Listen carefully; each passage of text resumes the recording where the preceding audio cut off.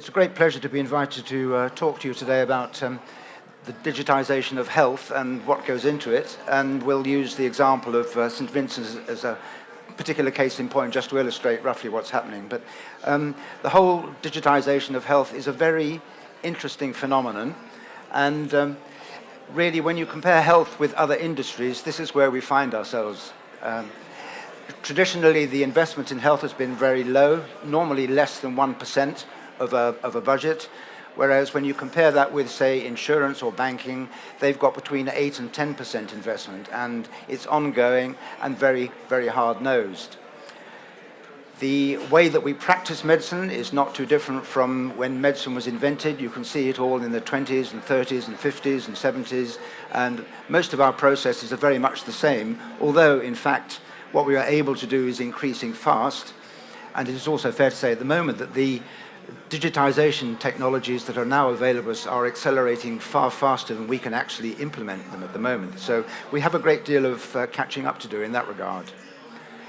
It's also true that the rate at which technology is introduced to healthcare is held back, is perhaps the polite way of putting it, because the whole of healthcare delivery in most developed countries is politically driven rather than competitively driven. And as we've heard this morning, in order to be really good, to adopt technologies in a meaningful way, you have to really want a sharp competitive edge. And that competitive edge at the moment is not found in the way that healthcare is delivered. And the final disadvantage for us is that because of the lack of investment, we start off from a very low background. Very slow Windows, old versions of IE, meaning that any kind of current software development becomes too far ahead of what we're able to implement easily without a significant investment in the base infrastructure inside healthcare organizations. Now, one of two historical ironies that I'll point out to you today. The first Chinese text on medicine was written in the year 2600 BC by a physician called Huang Ni. And he said, inferior doctors treat full-blown disease, mediocre doctors treat disease before it becomes evident, and superior doctors prevent disease. Now you ask yourselves where we are in that spectrum. So I think we have quite a long way to go before we catch up with that wisdom. And undoubtedly, when you think about what technology ought to be able to do for healthcare delivery, think about the most advanced taxi firm in the country. It doesn't own a single taxi. Think about the most advanced real estate company. It doesn't own a single piece of real estate. And think about the most advanced telecoms company. It doesn't own one piece of switchgear, one piece of infrastructure at all. It's all IT driven. So what then can we do with technology in health? And if we're going to get anywhere near Huang Ni's aspirations, then we have to think about not replicating what we currently do, because if we replicate what we currently do technically, then we will do it as badly but much more quickly, which is even worse. So we have to be able to aim towards preventing disease at the outset, and that is by getting into schools, making it important for children that they understand that their health is important, using the technologies that are emerging now for prediction, so that we can match genetic and genomic with our ordinary day-to-day health data and prevent diseases from happening by prediction. And motivation, above all motivation, get people to really want to stay well. It's true that countries which choose to involve in investment in health, in the end, prove far more advanced after 18 to 20 years than those that invest in infrastructure. So we need a paradigm shift because we have this technical tipping point where we can now begin to look at health in a completely different way and do it in a holistic way rather than just looking at individuals. Now, this piece of stone is pretty famous. We think that the Department of Health and Social Security, now affectionately known as the Department of Stealth and Total Obscurity, have embedded little bits of those stones beside these plaques. And every time they go into work in the morning, they start talking Technobabble in an amazingly convincing way. and that means that we've spent £12 billion over the last 10 years and maybe find ourselves about 2 years ahead of you. So we do, however, have a great deal of experience to offer in terms of what you might not do rather than what you might do. To set the scene from an Irish perspective, it is clear that the value of investment in health and technology in health has been understood, and so we can see the beginnings of investment here just emerging, so that there is a real desire to have a proper strategy. There's a mandate from the government to get on with it because they see it as very important.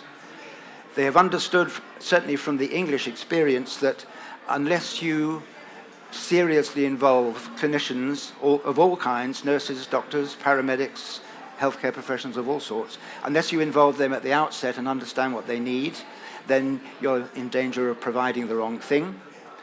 There is certainly an enormous willingness to adopt. Most of the junior doctors I come across have all got stuff on their own devices, and they're saying, for heaven's sake, what are you doing? Give us stuff. They do their own handovers medically on WhatsApp because we can't do anything for them. So we've got quite a long way to go.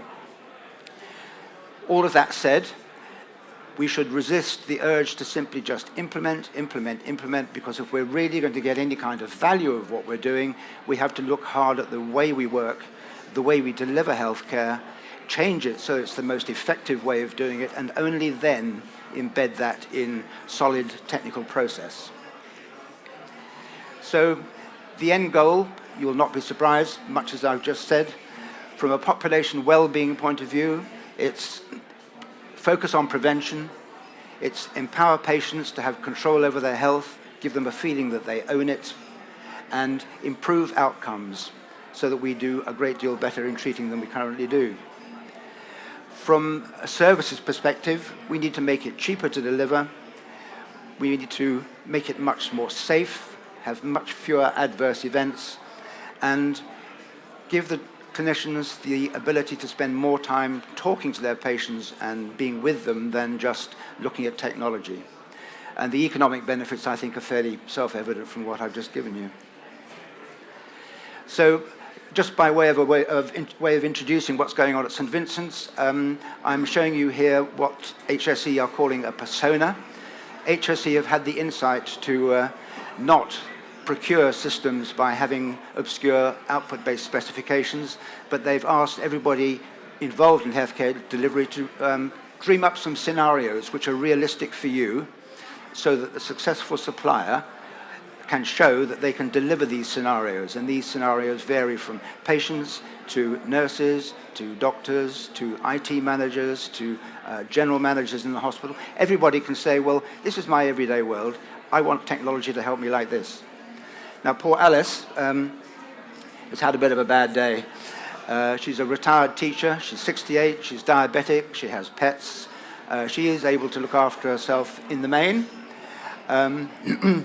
However, out shopping, she collapses, falls over, and that's because her leg ulcers, because of her diabetes, have become infected. The pets have got to them. That's given her septicemia.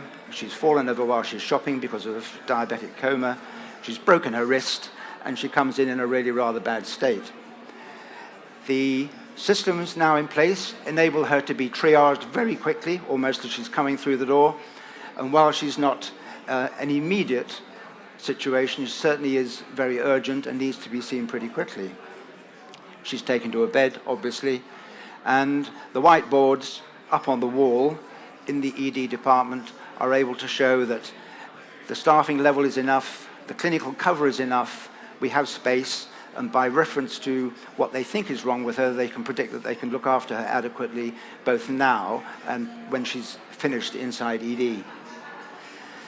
Even down there, the wrist fracture can be x-rayed, everybody understands precisely what it is, and as a result of that, an appropriate referral can go electronically from the Vincent's application to summon the orthopedic team, summon the diabetic team saying that they've got an urgent patient that needs review as soon as possible. And all of that can be done using mobile applications, and it's a very, very much more efficient way of working.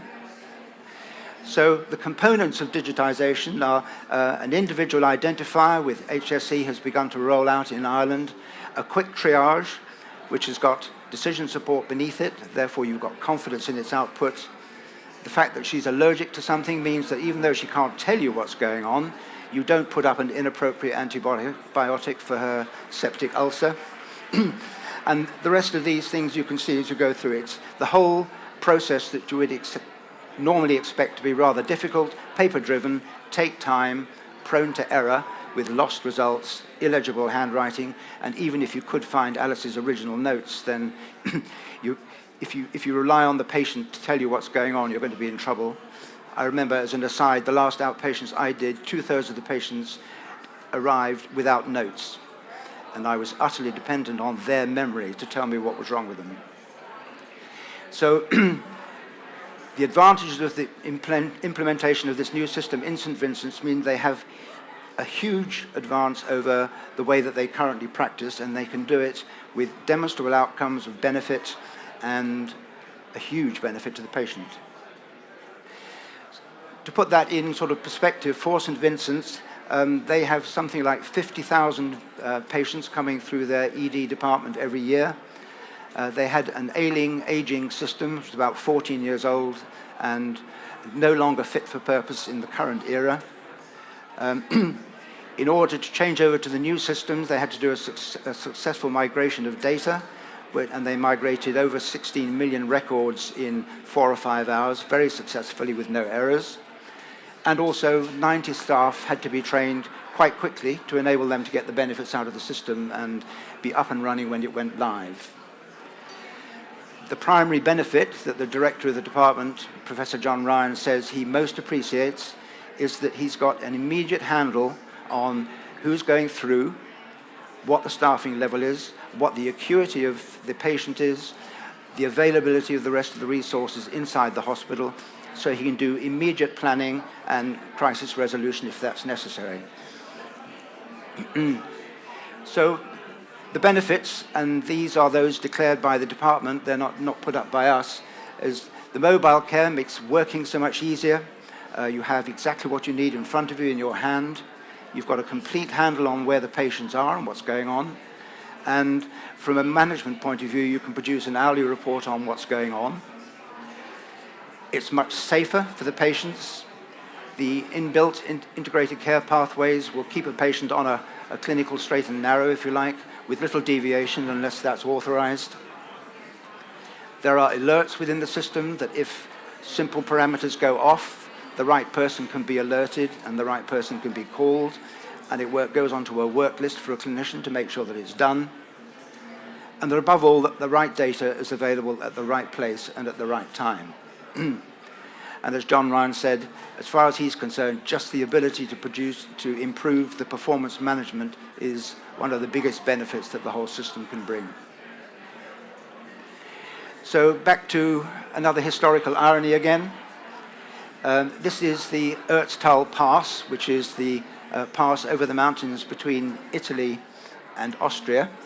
And one of the little gifts of global warming was that inside the ice up there, when it melted, a body appeared. And that body was carbon dated to 3,200 BC, which is over 5,000 years from now. And in order to try and find out why he died, both the Austrians and the Italians fought over who would do the first CT scan. The Austrians found nothing. The Italians found this little arrowhead underneath the poor man's shoulder blades. But in so doing, they looked very hard at the body and they found these tattoo points that you can see here. Now, the CT scan also proved that the man had gallstones and he had a stone in his kidney. And the tattoo points not only recorded that fact, but they also corresponded exactly with the Chinese acupuncture points, which would be used now for treating those diseases. The only problem is 3,200 BC was 2,000 years before Chinese acupuncture was invented. So we've had a whole health system come and go with sophisticated treatments and the ability for the patient to carry their record from place to place to inform the doctors. Can we do that now? Thank you.